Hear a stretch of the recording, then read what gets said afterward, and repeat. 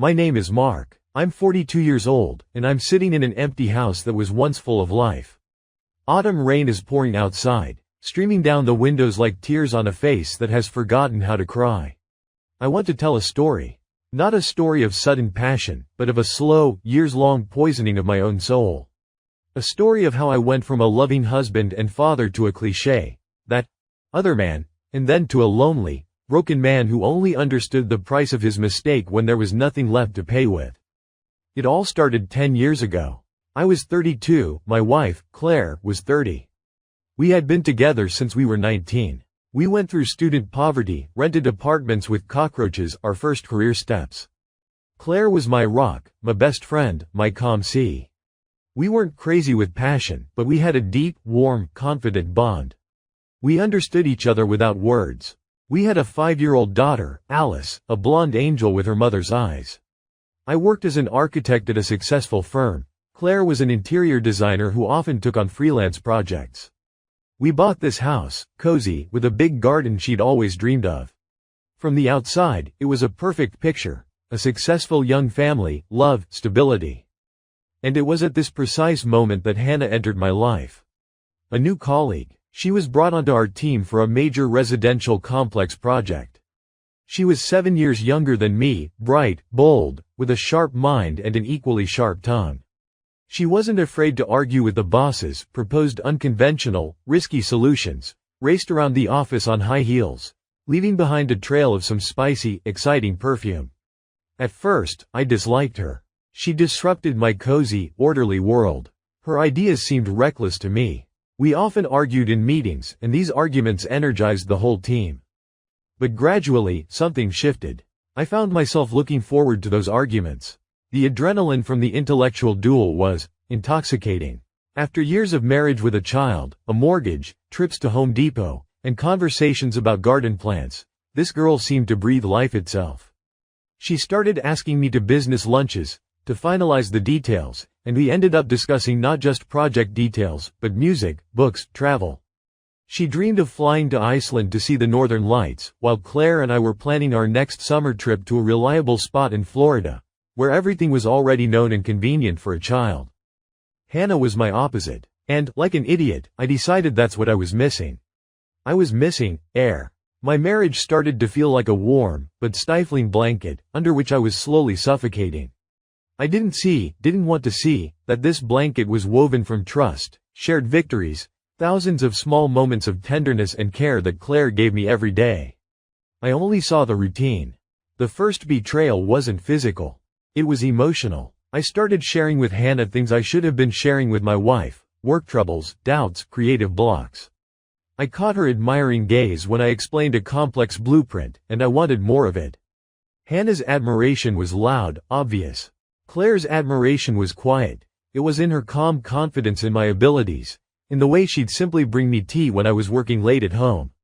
I stopped appreciating it. I started taking it for granted. The first time we kissed was after a company party. A bad cliché, right? Lots of wine, music, she was dancing unusually close. We stepped out for some air on the balcony, and it happened. I didn't resist. A mix of guilt and wild excitement was raging inside me. I remember taking a taxi home afterwards, trying to wipe the traces of her lipstick from my lips. Claire was already asleep. I looked at her peaceful face in the nightlight's glow and swore to myself it would never happen again. That it was a mistake, a one-time thing. But the door had been cracked open, and I, a coward, couldn't slam it shut. On the contrary, I started opening it wider. The meetings became regular. Not every day, not every week. But they happened. It took place in cheap hotel rooms booked under her name, sometimes at her apartment. I lied to Claire like I breathed. Overtime, client meetings, one-day business trips to a neighboring city. She believed me, because in 13 years, I had never given her a single reason to doubt. I was spending that capital of trust on my secret, dirty passion. I lived in two worlds. In one, I was a loving husband and father who took his daughter to the zoo on Saturdays and watched TV shows with Claire in the evenings. In the other, the lover of a passionate, demanding woman for whom I was a genius, the only one who understands her. It was a drug. I was addicted to the contrast, to the feeling that I could be different. I justified myself by saying I wasn't leaving my family. That Claire and Alice lacked for nothing. That I was simply meeting my needs, which I supposedly wasn't getting at home.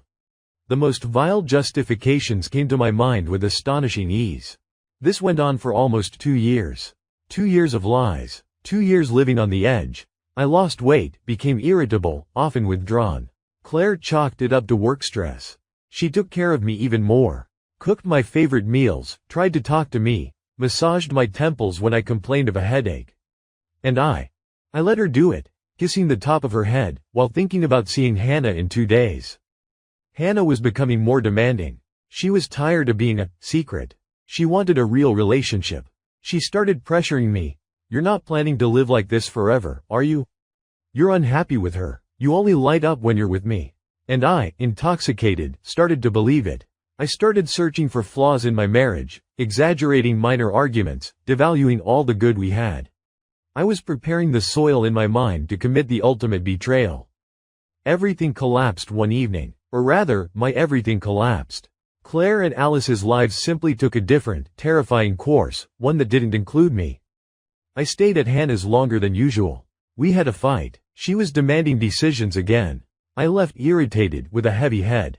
On the way home, like a complete idiot, I forgot to take a receipt out of my jacket pocket. A receipt for 2 from a restaurant where Hannah and I had dinner a couple of days before. Claire, doing the laundry as usual, checked the pockets. She found the receipt. When I walked into the house, she was sitting at the kitchen table. That slip of paper was in front of her. Her face was white as the wall. But not with anger. With genuine, animal terror. The terror of someone who suddenly sees the ground beneath their feet is thin ice, and it's already cracking. "Mark," she said very quietly, almost a whisper. "What is this?" My heart sank to my feet. All the excuses, all the prepared fake stories about friends or male colleagues flew out of my head.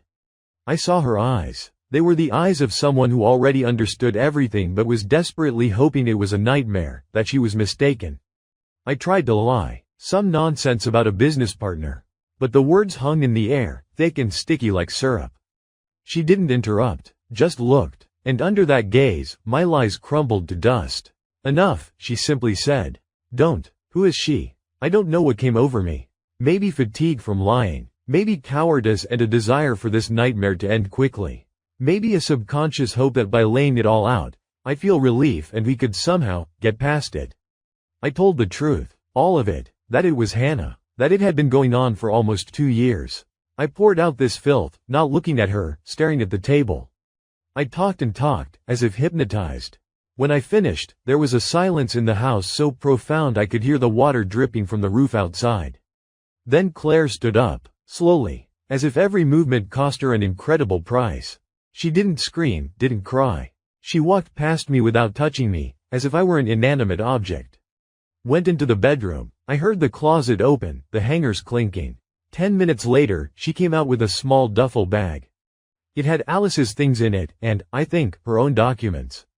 "Claire," I started. "Don't come near me." Her voice was cold and sharp as a blade. "Don't touch me. Don't speak. Ever. Where are you going?" "Let me explain." "There's nothing to explain. It's all clear. You made your choice. 2 years ago. Every day you kissed me and lied to me, you confirmed it. I'm leaving. Now. I'll send someone for our things tomorrow evening. All communication goes through my lawyer. If you try to approach Alice without my permission, I will destroy you. You know me." And she left. Into the night. With our sleeping 5-year-old daughter in her arms. I watched from the window as she got into the car we had chosen together and drove away. And only then did the full weight of what I had done crash down on me. This house, filled with her presence, her things, our photos, Alice's toys, suddenly became a huge, ringing void. I was completely alone, and the fear of that loneliness was 1,000 times worse than any scandal, any tears and reproaches I might have subconsciously expected. I didn't get emotions. I got a verdict, and it was delivered in silence. This ends the first part. That was the night my old world collapsed. Ahead lay the hell of divorce, the fight for my daughter, an attempt to build a new life with Hannah, and the bitter, agonizing understanding of what I had lost. But that's another part of the story. I woke up the next morning on the living room floor. I didn't even remember falling asleep. The sun was shining spitefully, highlighting the dust on the furniture and the unnatural silence. No Alice's laughter, no smell of coffee from the kitchen, no sound of Claire humming to herself. The silence was palpable, oppressive. My first move was to try to call Claire. Her phone was off. I sent dozens of WhatsApp messages. First excuses, then pleas, then anger. How could you just leave like that? All messages had one checkmark, not delivered. She had blocked me. In everything. Phone, social media, messengers. I felt the panic of a real prisoner thrown into solitary confinement and cut off from the world. That afternoon, the phone rang. I lunged for it, hoping. But it was Hannah. So, how was the drama? Her cheerful voice sounded. She didn't know. For her, our fight yesterday was just another spat. Claire found out. She left, took her stuff, and our daughter. Silence on the line. Not shocked, but calculating. Well, that's good, Hannah finally said. Now you're free. Now we can really be together. Her words should have made me happy. Wasn't that what I supposedly wanted? But instead, a wave of nausea washed over me. Free. I didn't feel free. I felt abandoned, cast adrift in open space without a suit. I need to be alone, I mumbled. Don't go falling apart on me. Her voice turned sharp. She acted like a hysteric. It's not your fault she wasn't smart enough to keep you. Get your things, come over to my place. No point sitting in that mausoleum. I went, not because I wanted to, but because I didn't know where else to go. Her apartment, which had once seemed like a place of freedom and forbidden pleasure, now looked cramped, tacky, and alien. Things I'd found extravagant before now just seemed cheap. She tried to comfort me, hug me, but her touch felt foreign, almost painful. I physically yearned for a different smell, a different softness, a different rhythm of breathing. I yearned for Claire. The next day, her parents and brother came for her things. Her father, who had always treated me like a son, wouldn't look me in the eye. Her mother cried quietly, packing dishes. Her brother, my former friend, said only one thing as he passed by. If it weren't for Alice, I'd break your face. You have no idea what you've done to her. They took everything that was important to Claire and Alice. Toys, books, framed photos, her sewing machine, even the curtains she had sewn herself. The house grew even emptier, turning into a shell. The hell called divorce began. A week later, a letter came from Claire's lawyer. She was filing for divorce on grounds of adultery, demanding full custody with my visitation rights limited to twice a month supervised by a social worker, division of property factoring in my fault, and alimony amounting to half my salary. It was a hard, merciless blow. My attempts to contact her lawyer to settle, amicably, hit a brick wall. Claire would not engage. I hired my own lawyer. A dirty, humiliating war began. My position was as weak as a house of cards. Claire's evidence of the affair was scant. That damned receipt. But my lawyer warned me. Judges, especially female ones, often side with the mother in these cases. Particularly if the father led an immoral lifestyle. The phrase, immoral lifestyle, cut to the bone. Hannah saw it all as a tedious formality. Just pay her those pennies and forget it. We're together. We'll have everything. She started making plans. How we'd sell my house, buy a condo downtown, how she'd quit her job and start her own business, how we'd go to that Iceland trip. Her energy was aggressive and relentless. She didn't ask what I wanted. She was planning our life, completely ignoring my profound depression. When I tried to talk about how I felt, about missing my daughter, she'd get angry. Stop whining. You had to choose. Either you're stuck in the past with her, or you're building a future with me. I was torn between the empty, ghostly house and Hannah's claustrophobic apartment. My work suffered. Projects fell apart. I missed deadlines. My boss, who knew about the situation, office gossip spread instantly, called me in for a talk and gently hinted at possible termination. I was on the edge. The first supervised visit with Alice happened a month later in a sterile office at the Family Services Department. Claire brought her and sat off to the side, glued to her phone, not looking at me. Alice, my little girl, looked at me with big, frightened eyes. She had lost weight. Daddy, why don't we live together anymore? Mommy says you don't love us anymore, she asked quietly. My throat closed up. I couldn't utter a word. I hugged her and she cried, clinging to me, smelling of a different shampoo, not the one Claire used to buy. That half hour was the happiest and most agonizing time in the last month. When time was up, Alice clung to me. Daddy, don't go. Let's go home. Claire silently pried her little fingers from my jacket, picked her up, and walked out without looking back. Alice was sobbing, reaching for me over Claire's shoulder. In that moment, I would have gotten down on my knees and begged for forgiveness. But it was too late. After that visit, something in me broke for good. I realized I was losing not just my wife, but my daughter. That Claire, in her grief and rage, would, and already had started to, shape the child's image of me as the betrayer father. And I had earned it. Every action over the past 2 years had earned me that look from my little girl. I went to Hannah in despair. I cried. For the first time in years. I said I couldn't do this, that everything was lost, that I had destroyed the lives of the people I loved most.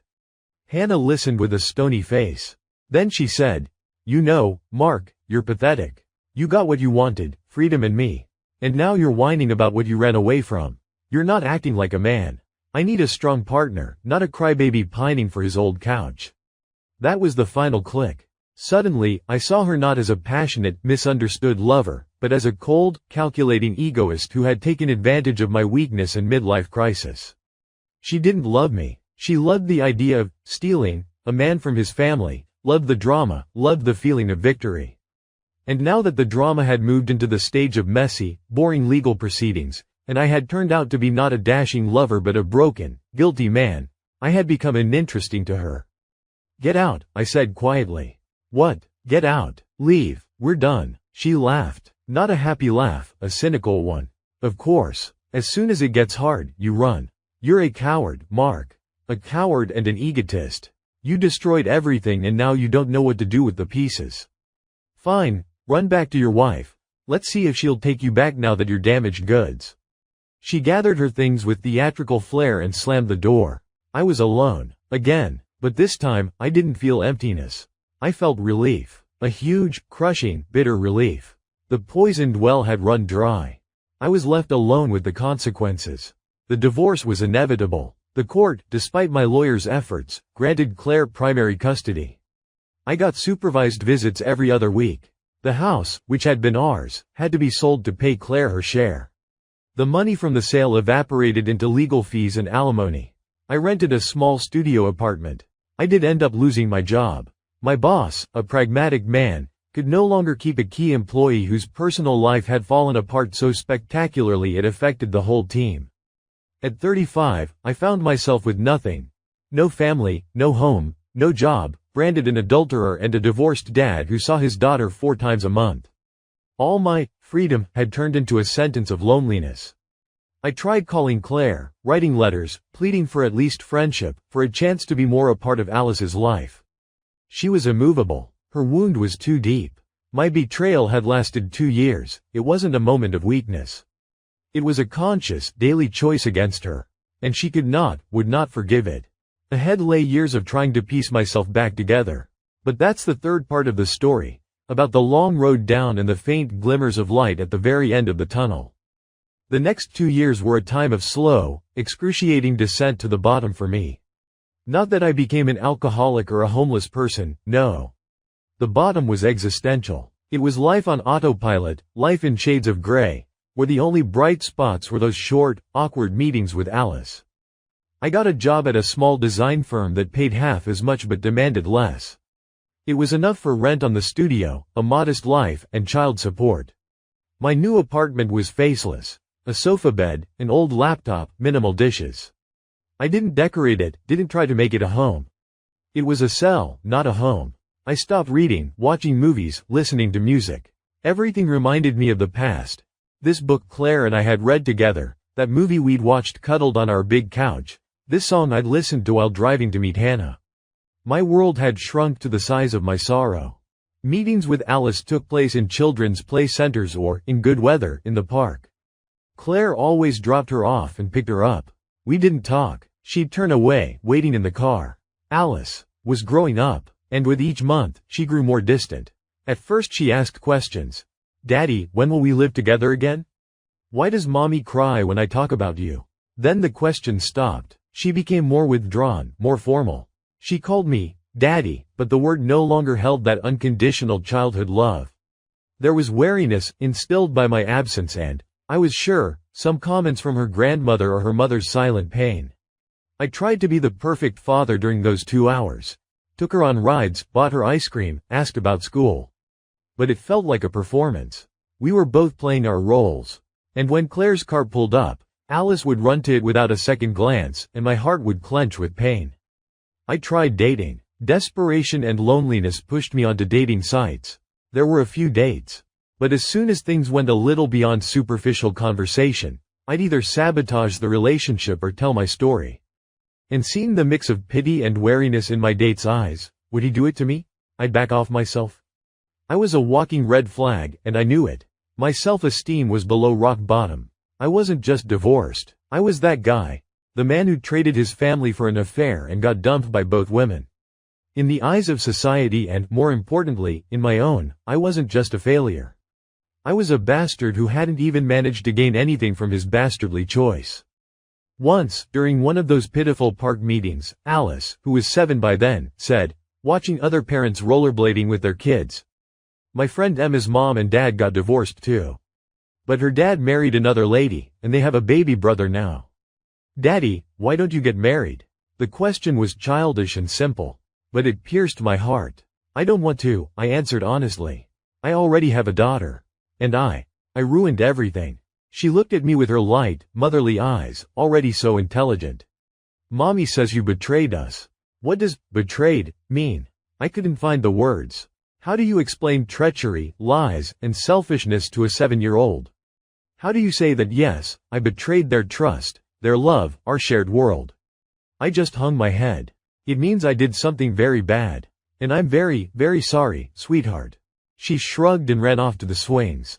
The conversation was over. But for me, it was a turning point. I saw in her eyes not just wariness, but a forming contempt. Childish, unconscious for now. She was absorbing the narrative where I was the villain. And I was that villain. But I didn't want my daughter to hate me. I realized I had to do something. Not to get Claire back. I had buried that hope, but to at least not lose Alice completely. And so that someday, when she grew up, she could hear my version not as an excuse, but as an admission of guilt. So she could see that her father, though broken, had tried to get back up. That was the first faint ray. I went back to therapy. This time not for a couple of sessions, but for long, hard work. We unpacked not just the affair, but everything that led to it. My immature need for constant validation, my inability to appreciate quiet happiness, fleeing responsibility into romance, selfishness disguised as a search for self. It was painful, like surgery without anesthesia. But it was necessary. I also realized I had to change my life not just inside, but on the outside. The job at the penny ante firm was killing what was left of the professional in me. I started working on my own project at night in my shabby studio. Not for money at first, but for myself. I remembered why I had loved architecture in the first place. I started designing not big complexes, but small, cozy spaces. Birdhouses, gazebos, layouts for small apartments. I posted them on a professional forum under a pseudonym.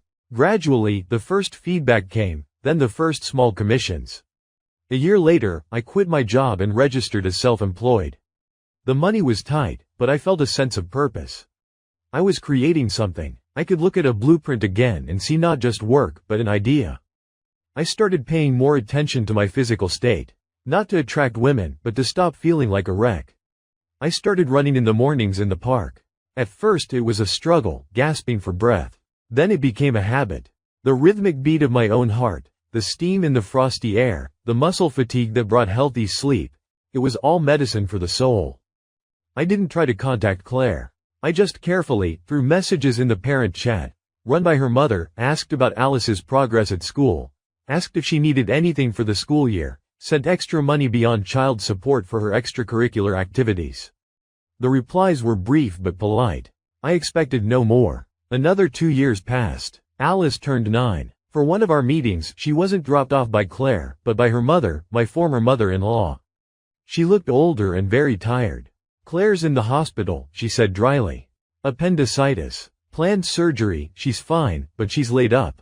So take Alice for the day. I need to be with her at the hospital." Panic washed over me. Spend a whole day with my daughter, not just 2 supervised hours?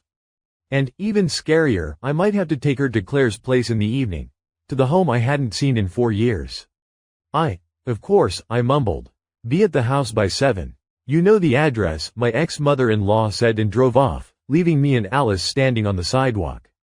The day went better than I'd expected. Without the formal pressure of allocated hours, we could just be together. I took her to a museum, then we went for hot chocolate. She told me about school and friends. The ice between us thawed a little. She laughed at my dumb jokes. In her laughter, I heard an echo of Claire's laugh, and it was both painful and joyful. That evening, I gathered my courage and drove her to the given address. It was a nice apartment in a modern complex. Claire had clearly landed on her feet. My child support and her income allowed for a decent life. I buzzed the intercom. Her mother's voice sounded tired. Come up, 3rd floor. When the door opened, I caught my breath for a second. Claire was standing in the hallway. Pale, in loungewear, slightly hunched from the recent surgery, but, my Claire. She had aged. There were fine lines around her eyes. Her gaze was tired, but calmer than the icy horror I'd seen last. She was holding a mug of tea. Mommy, Alice rushed to her. How are you? Does it hurt? Better now, sweetie, she hugged her daughter, stroking her hair. Then she looked up at me. Her gaze wasn't warm, but it wasn't hostile either. Neutral. Assessing. Thanks for watching her. No problem. How are you feeling? Okay. Doctor says I'll be discharged in a couple of days. A pause. An awkward one. Alice, go unpack your bag and wash your hands.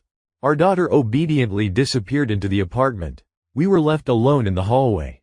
I saw a familiar coat rack with my old scarf hanging on it, one I must have forgotten during the move. My heart was pounding wildly. Mark, she said quietly, not inviting me in. Thanks for helping with Alice. And, for the money for her classes. I see the transfers. She's my daughter, I exhaled. I want her to have what she needs. She nodded. She says you had a good time. Yeah, she's an amazing girl. You're a wonderful mother. Another pause. Longer. I haven't forgiven you, she said clearly, looking me straight in the eye. And I probably never will. What you did, it wasn't just an act. It was the foundation of our life, and you blew it up. I still have nightmares sometimes. I wanted the floor to swallow me whole. I know, and I'm not asking for forgiveness. I regret it, every day. I see you're trying to change, she continued, and her voice held genuine weariness. That's important for Alice. I don't want her growing up hating her father. Even one like you. So, you can take her for weekends sometimes. If you want. Overnights. So she gets used to you not as the 2-hour uncle. This was more than I had dared hope for. Much more. Thank you, was all I could force out of my dry throat. Thank you, Claire. Don't, she raised her hand sharply. Don't use affectionate names. That's not for us. It's for Alice. That's all. Understood. All right then. Goodbye. I'll text you when you can pick her up Saturday.